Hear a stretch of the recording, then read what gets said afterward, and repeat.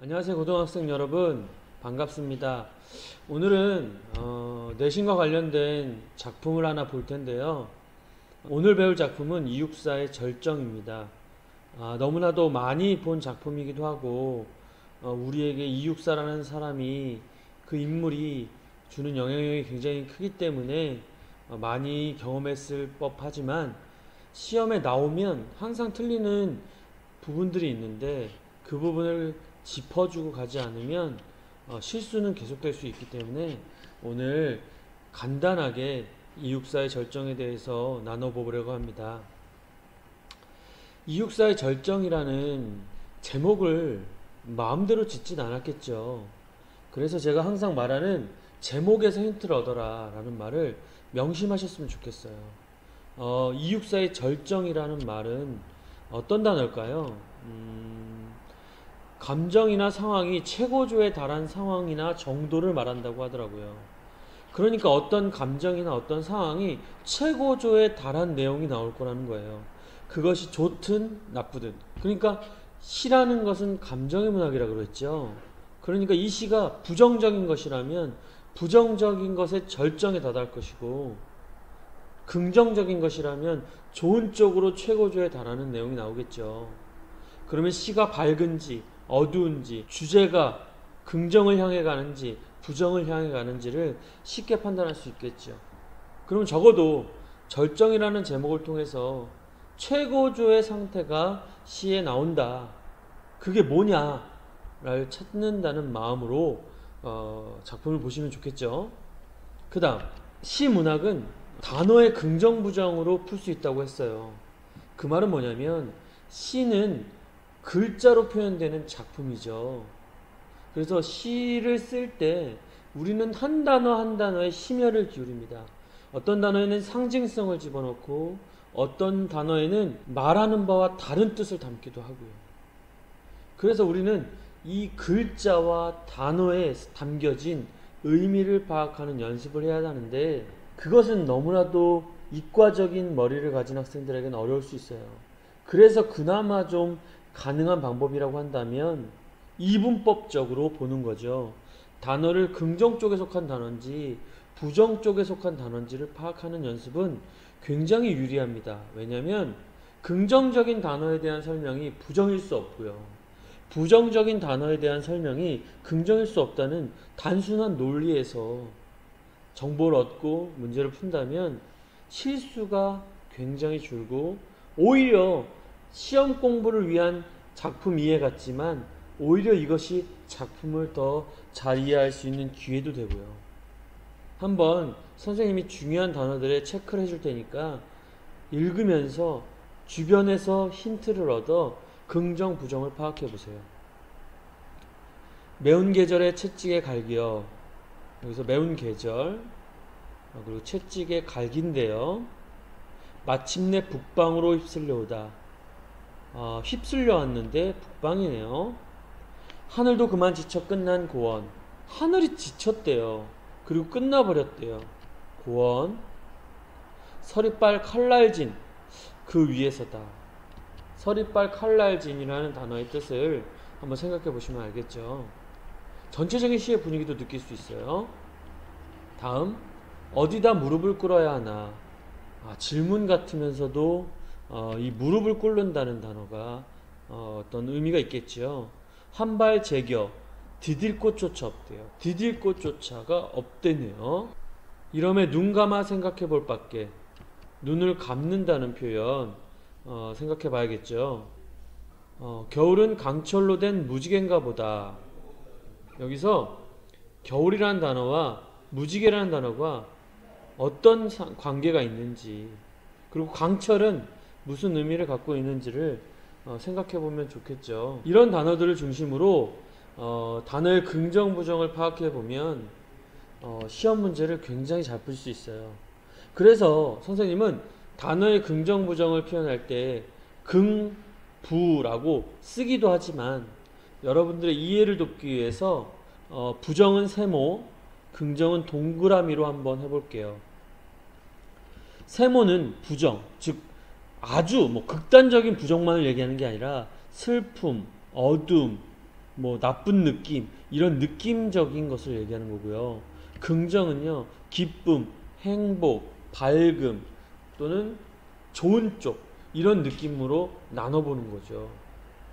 이렇게 정확하진 않더라도 긍정과 부정을 나눠보는 연습을 한다면 이 시의 흐름을 이해하는데도 큰 도움이 될 겁니다. 한번 우리 같이 한번 해볼까요? 매운 계절 채찍에 갈기요. 여러분, 채찍이 뭔지 안다면 더 쉬울 거예요. 이 채찍에 갈긴다는 건 좋은 걸까요? 안 좋은 거겠죠. 그리고 계절이 맵대요. 여러분, 이 맵다는 표현이 어떤 느낌일까요? 당연히 부정적이죠. 채찍에 갈겼다는 것이 힌트가 되죠. 매운 계절이 나쁜 뜻인데 뭐냐면 부정적인 현실이라는 거죠. 근데 이 부정적인 현실을 아프게 만드는 게 뭐예요? 채찍에 맞으니까요. 이 채찍도 나쁜 거니까 탄압이나 핍박이겠죠. 이런 부정적인 현실들에 갈겨서 마침내 어디로 휩쓸려 왔대요? 북방이죠. 그럼 이 북방은 뭘까요? 부정이겠죠. 그러면서 이 시의 시작이 어둡다는 걸 알 수 있고요.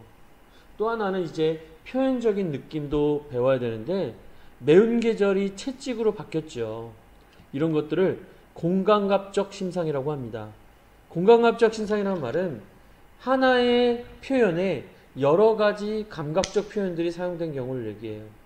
그냥 단순히 어떤 감각적 표현들이 나열된 게 아니라 어떤 한 표현에 혼합되어 나타났다고 봐야 돼요. 그럴 때 공감갑적이라고 하고, 이걸 좀 더 구체적으로 말하면 맵다라는 이것은 원래 통각이지만 일반적으로 아직까지는 미각이라고 하고요. 채찍에 갈긴다는 건 피부가 찢어지고 고통당하는 거니까 촉각이죠. 매운 계절에 채찍에 갈긴다는 말에서는 미각이 촉각화되는 공감각적 심상이 나타난다고 볼 수 있겠죠. 안 좋은 의미로요. 그렇죠? 그래서 결국은 마침내 북방으로 휩쓸려 왔어요. 이 북방은 휩쓸려 왔다는 말을 힌트 삼아 부정임을 알 수 있고, 이 북방은 이런 채찍들에 맞아서 끝까지 왔다는 의미이기 때문에 중요한 단어인데요. 수평적 한계를 얘기합니다. 그러니까 여러분, 수평에서 끝에 왔다는 거예요. 이만큼만 해도 힘들죠. 이 정도만 해도 어렵죠. 그런데 보세요. 하늘도 그만 지쳐 끝났대요. 하늘이 끝났다는 것은 어떤 뜻일까요? 나쁘죠. 근데 그 장소가 고원이네요. 그럼 나쁜 뜻이겠죠. 이것 또한 한계며 고난일 텐데, 이 고원은 높음을 나타내는 부분이 있기 때문에 수직적 한계라고 나타낼 수 있겠죠. 그럼 여러분 한번 생각해 보세요. 수평적으로도 고난의 끝이 왔고 수직적으로도 고난의 끝이 왔단 말이에요. 그럼 여러분, 이건 고난 중에서도 최고의 고난을 의미하는 것이겠죠. 하늘도 그만 지쳐 끝났다니까요. 하늘이 끝났다는 말이 뭐죠? 거의 죽을 정도로 어려운 상황이다라는 의미죠. 그걸 어떻게 표현했냐면 이육사가 내가 서리빨 칼날진 그 위에 섰다라고 표현했습니다. 그러면 여러분, 최고의 고난 앞에 섰다.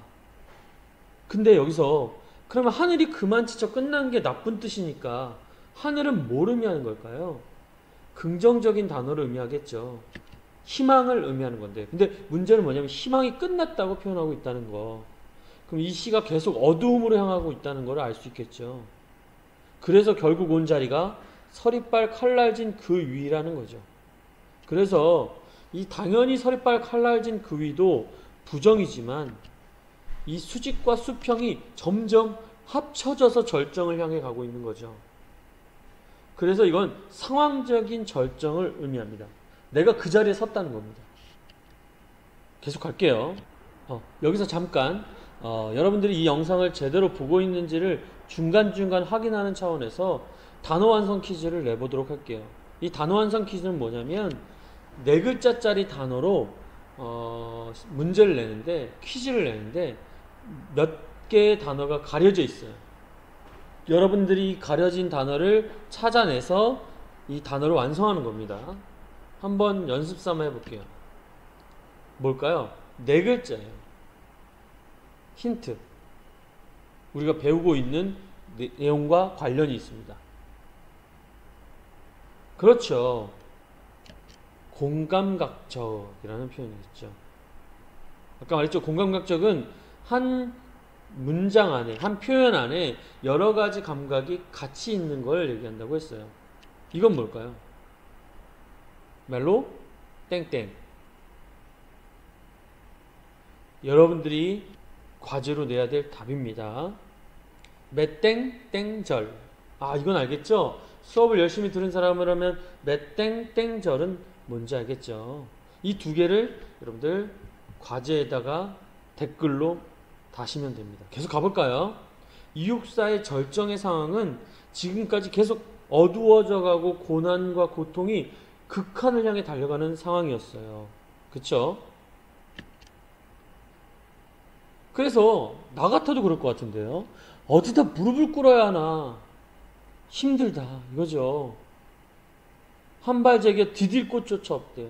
얼마나 힘들면 디딜 곳조차 없겠어요. 여러분 신문 접으면서 게임하는 것들이 있었죠. 신문을 한 번 접고 두 번 접고 세 번 접고 할 때 여러 명이 함께 그 위에 올라가야 되는 상황. 그런데 이제 발 하나도 올리기 힘든 상황이라는 거예요. 제일 고난이도의 어려움의 상황이라는 거겠죠. 이해되시죠? 그럼 무릎을 꿇는다는 건 뭘까요? 여러분들이 이 관용적 표현도 있고 무릎을 꿇는다는 데는 여러 가지 의미가 있죠. 어때요? 좋아요? 전체적으로 나쁘죠? 왜입니까? 무릎 꿇는다는 말은 자신이 패배를 인정한다는 거고요.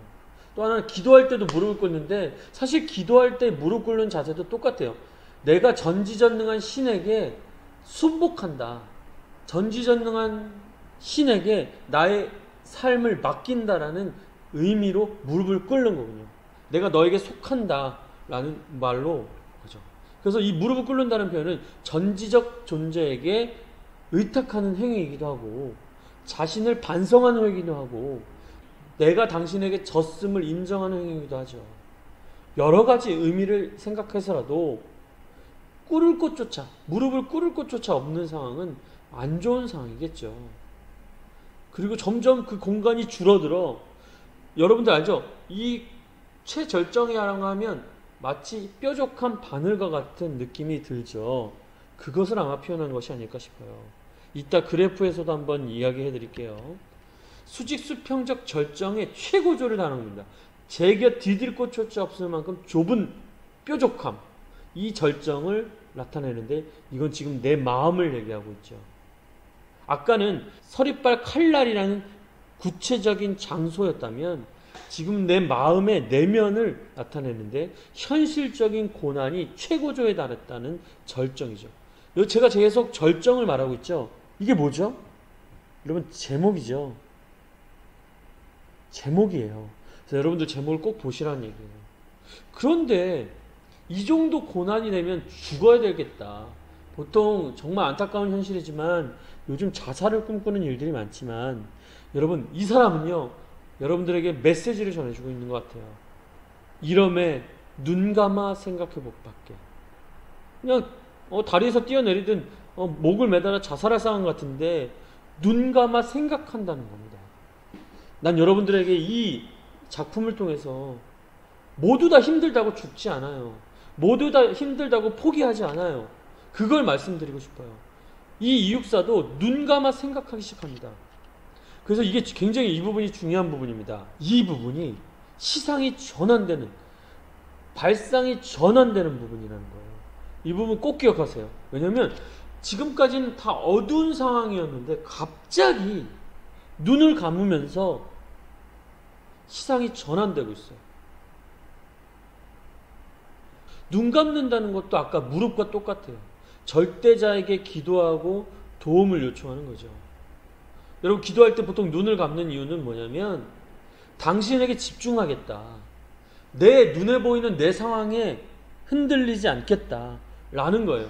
현실적 고난의 절정이라는 눈에 보이는 상황을 눈을 감고 절대자에게 의지하겠다. 당신만 바라보겠다는 태도죠. 이런 일들이 일어나면 어떤 일이 일어나냐면 죽고자 하면 살고 고생 끝에 낙이 오는 일들이 일어나요. 여러분들 지금 죽을 것 같거나 여러분들 고난의 끝에 왔다고 생각했을 때 여러분 다시 한번 눈을 감아 무릎을 꿇고 생각해 보시오. 그럼 여러분들에게 진정한 길, 깨달음이 나타나는데 이게 바로 한마디의 명언 같은 메시지. 겨울은 강철로 된 무지개인가 보다 라는 걸 깨달은 거죠. 눈 감는다는 건 좋은 행위죠. 절대자에게 기도하고 중요합니다. 이거 부분 자아를 성찰하고 초국의 의지를 다지는 시간이에요. 그래서 깨달은 메시지가 뭐냐면 마지막 한 문장을 꼭 기억하셔야죠. 겨울은 강철로 된 무지개인가 보다. 겨울은 나쁜 거죠. 아까 매운 계절이 겨울이었으니까 고난이 있는 시절을 얘기하고요. 강철은 뭡니까? 차갑고 딱딱하죠. 이 고난이 그만큼 차갑고 딱딱하다는 거죠. 그런데 아이러니하게도 뭔 말이 나와요? 무지개래요. 여러분 무지개는 뭐죠? 일반적으로 우리가 무지개는 아름답고 어떤 성경적으로 보면 희망의 메시지이기도 하죠. 그럼 무지개는 분명히 긍정일 텐데 앞에 분명 고통의 현실이 나타났는데 왜 긍정인 희망이 나타났냐? 이게 바로 시험에 많이 나오는 고진감래, 죽고자 하면 산다, 고생 끝에 낙이 온다는 정신적 극복과 깨달음을 나타내는 역설적 표현이 나타나는 부분입니다. 여러분, 일반적으로 우리가 반어와 역설을 궁금해하고 헷갈리는데 왜 그러냐면요. 역설과 반어는 비슷한데 달라요. 반어는 말하는 내용과 반대의 뜻을 담는 게 목적이에요. 에이씨, 그래 너 잘났다 이 새끼야. 이 말은 뭐예요? 잘났다는 건가요? 아니죠. 너 재수없다 짜증난다는 거죠. 운수 좋은 날이라는 작품 알죠? 제목은 운수 좋은 날인데 내용은 어때요? 정말 운이 없잖아요. 이런 걸 반어라고 해요. 말한 내용과 뜻이 다른 거. 이게 반어고요. 역설은 뭐냐면요. 똑같아요. 표현에 모순이 있어요. 말이 안 되는데? 이런 생각이 드는데 신기하게 말이 안 됨에도 불구하고 진리를 담고 있고 깨달음을 담고 있는 경우를 역설이라고 해요. 지금 같은 경우죠. 강철 같은 겨울이 있는데 그것이 나를 무지개로 인도한다. 그걸 깨달은 거죠. 역설은요. 진리와 깨달음을 담고 있어 나도 모르게 고개가 끄덕여지는 모순을 역설이라고 생각하시면 돼요. 여러분들 인생을 열심히 살아온 분들이라면 이 부분에 고개가 끄덕여지지 않을 수가 없을 거예요. 그래 겨울 그렇게 딱딱하고 차가운 것 같은 이 고난의 계절인 겨울은 봄을 가져와. 무지개를 가져와. 나를 더 단단하게 하면서 나를 더 극복하게 하고 희망의 자리로 달려가게 해 라는 거죠. 그럼 이 작품은 어때요? 처음에는 계속 어둡다가 이러면 눈 감아부터 극복이 나타나면서 조금씩 상승 곡선을 그린다는 느낌이 있죠. 어때요? 이해가 되세요? 이것을 한번 표로 한번 생각해 봅시다. 여러분 꼭 기억하세요. 표로 만들어야 돼요. 왜냐하면 시는 감정의 문학이고 흐름의 문학이기 때문에 여러분들이 한번 그 느낌을 그래프로 그려보는 것이 굉장히 좋습니다. 제가 한번 그려볼게요. 이게 감정의 그래프예요. 시간의 흐름이고요. 어때요? 처음부터 점점 나빠지고 있죠. 근데 계속 나빠지고 시가 끝나나요? 아니죠. 이상하게도 어느 순간부터 상승곡선, 즉 긍정이 나타나죠. 이러매 눈 감아부터. 그렇죠?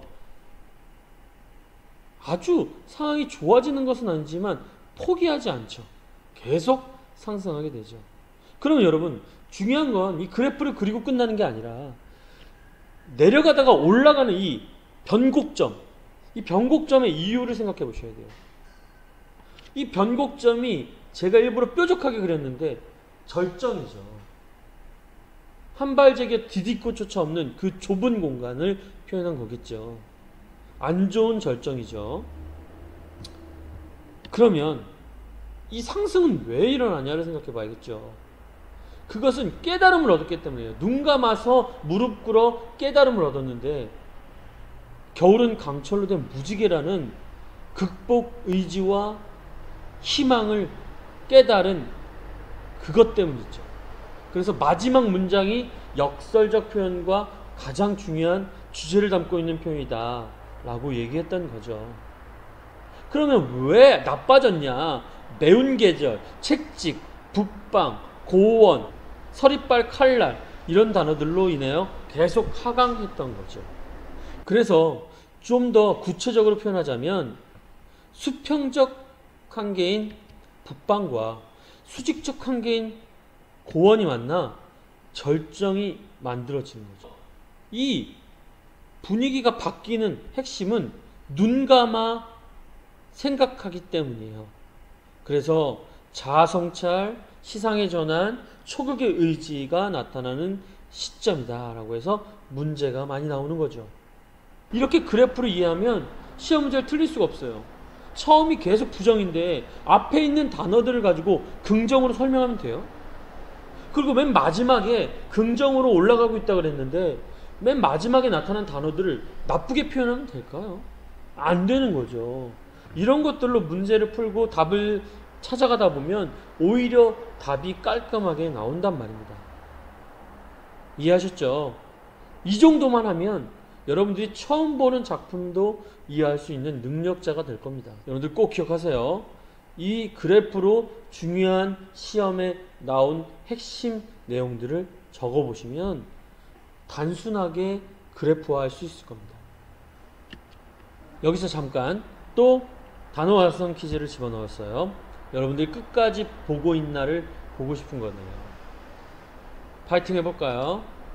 뭐뭐 담한대요. 땡땡 담아네요. 사자성어 같아요. 여러분들 댓글에 고고고. 땡아 땡찰. 이건 수업을 열심히 듣는 사람들이라면 금방 알겠네요. 땡아 땡찰. 마지막은 답을 알려드리죠. 시땡땡환. 수업을 열심히 들으면 알겠죠? 시상전환입니다. 시상전환이 일어나는 부분이 어디예요? 이름에 눈 감아 생각해 볼 밖에 라는 부분이죠. 네. 계속 갈게요. 여러분 이제 중요한 활용과 적용을 한번 해볼 텐데요. 중요한 건 뭐냐면 이제 교과서 353페이지에 2-2번 문제를 보면 이육사의 생각을 담은 문장이 나타납니다. 이것을 무시하면 안 되는데 왜냐하면 이 문장 안에 이 시를 쓴 의도와 목적과 상황이 제시되어 있어요. 한번 보겠습니다. 그렇소이다. 내 길을 사랑하는 마음. 그것은 나 자신의 희생을 요구하는 노력이요. 이래서 나는 내 기백을 키우고 길러서 금강심에서 나오는 내 시는 쓸지언정 유언은 쓰지 않겠소. 여기서 중요한 건 뭐냐? 내 시가 긍정일까요? 유언이 긍정일까요? 쉽죠? 내 시는 긍정이에요. 유언은 부정이에요. 그러니까 유언은 나쁜 거고 내가 쓰는 시는 좋은 건데 그래서 나는 유언을 쓰지 않겠다는 거죠. 그래서 쓰지 못하면 죽어 화석이 되어 내가 묻힌 척도를 향기롭게 못한다고 한들 누가 말하리요. 내 결정이라는 거죠.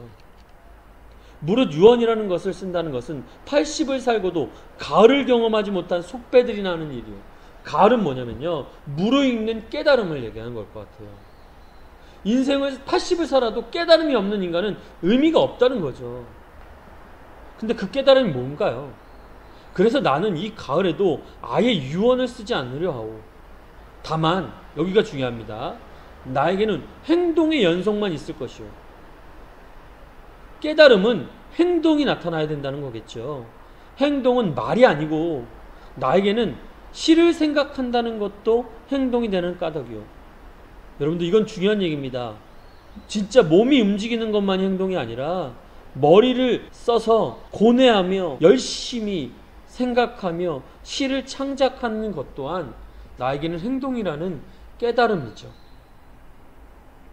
그러니까 이 이육사는 행동하는 시를 쓰겠다.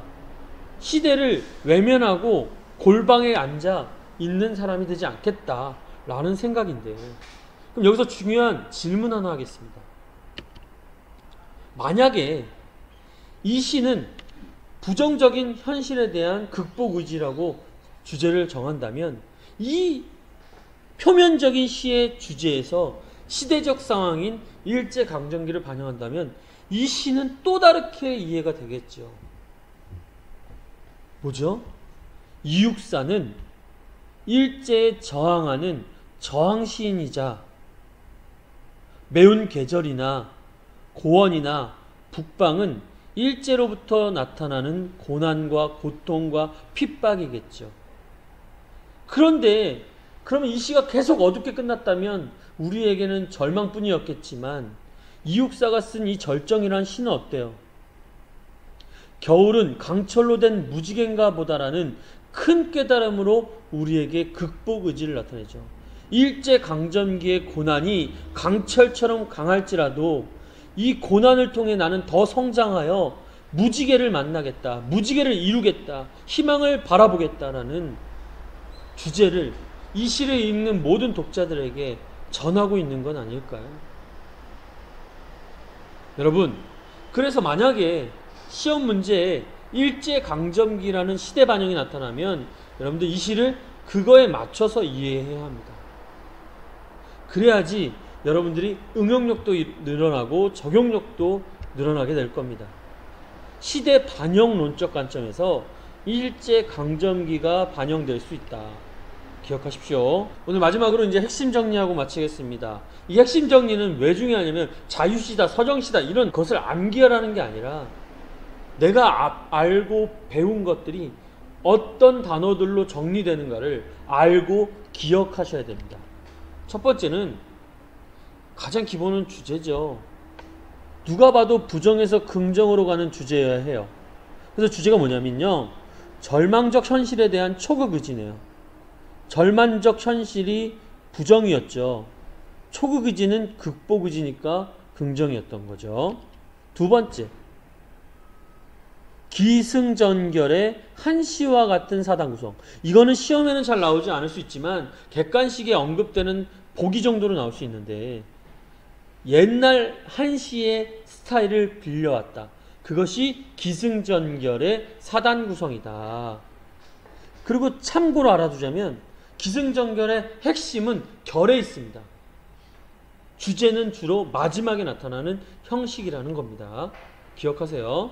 세 번째, 이게 요즘엔 너무 시험 문제 많이 나와서 안 나오긴 하지만 그래도 무시하기 어려운 부분이죠. 역설적 표현을 통해서 주제를 강조했다. 어디죠? 겨울은 강철로 된 무지개인가 보다라는 역설적 표현이 나타난 부분을 기억하시고 그것의 참 의미를 기억하시며 그것이 주제라는 거죠.